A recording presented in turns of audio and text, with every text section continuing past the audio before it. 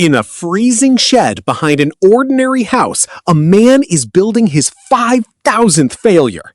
He is not a scientist, he has no funding, no team, no backup plan. Just a workbench, a single idea, and a debt that grows heavier every month. Every morning, he crosses the cold yard to that shed. He builds one version of his machine, he tests it, and it fails. The next day, he does it all again. Not 10 times, not 100 times, 5,126 times. His neighbors think he has lost his mind, and his bank is starting to agree. And the machine he is chasing? You almost certainly own one. This is the story of the most stubborn man in business, and the fortune everyone swore was impossible. It began with a feeling you know well. You buy something, it is supposed to work, and it quietly betrays you. For him, it was an ordinary household machine, the kind found in almost every home on Earth. It promised to make his life easier, and instead, it choked, wheezed, and died halfway through the job. Most of us would curse under our breath and move on. He could not. Maybe it was how he was raised. His father died when he was just 9 years old, and he grew up with almost nothing in a home he would later call penniless. He learned young that no one was coming to fix things for him.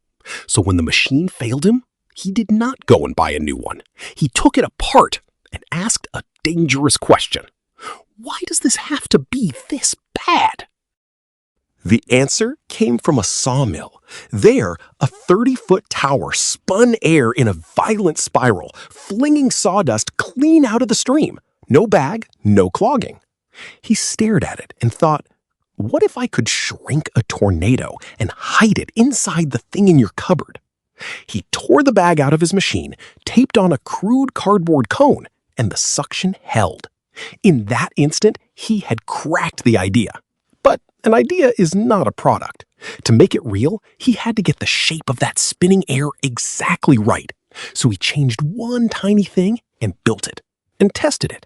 Then he changed one more thing and built it again. Day after day, year after year, alone in that cold shed. His wife, an art teacher, paid the bills while he chased the perfect spiral. He remortgaged their home, the debt climbed, and the failures piled up in the corner. 5 years. 5,127 attempts. And then, number 5,127 finally worked. He had done the impossible. A machine that never lost suction, with no bag, ever again. He should have felt like a king.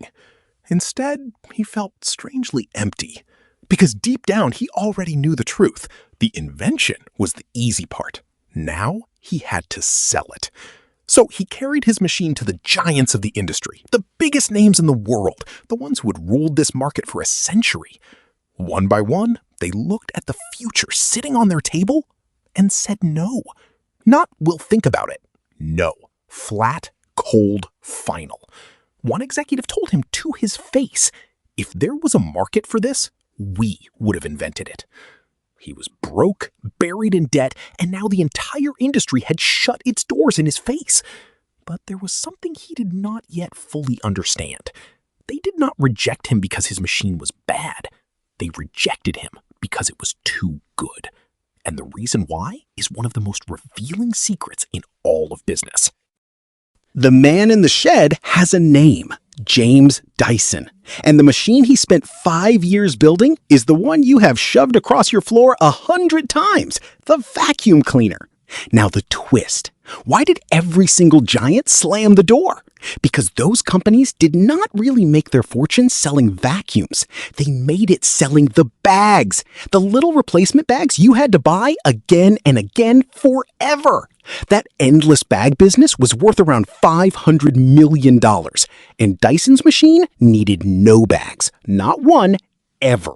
So to them, his invention was not a breakthrough. It was a bomb, aimed straight at their most profitable secret. One of them said it out loud. Bags are best. Bags will always be best. They were not blind. They were trapped. Trapped by their own money. And that trap was about to cost them everything. Rejected across Britain and America, Dyson did something desperate. He carried his machine to the other side of the world, to Japan. There, he sold it by catalog, bright pink, around $2,000 each. It became a luxury object, and quietly, against all odds, it started to sell. In 1991, it won a top design prize in Japan. The tornado in a can was working. He even struck a deal with an American company to license his idea. Then, that company walked away and released its own copycat version instead, Betrayed again. By now, most people would have shattered, but Dyson had built his entire life on a single belief. Failure is not the end. Failure is information.